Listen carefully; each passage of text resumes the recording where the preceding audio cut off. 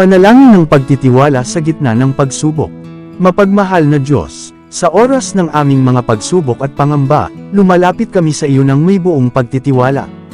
Alam namin na ikaw ang aming sandigan at kalakasan sa bawat oras ng kahinaan.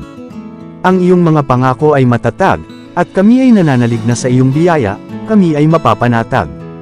Panginoon, sa kabila ng mga hamon at pagsubok na aming kinakaharap, hinihiling namin ang iyong gabay at karunungan.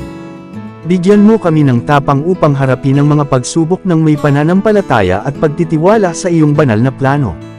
Tulungan mo kami na hindi magpadaig sa takot at kawalan ng pag-asa, bagkus ay magpakatatag sa iyong mga salita. Nais naming alalahanin ang mga salita sa Filipos Kapitulo 4 versikulo 6 hanggang 7 na nagsasabi, huwag kayong mabalisa tungkol sa anumang bagay.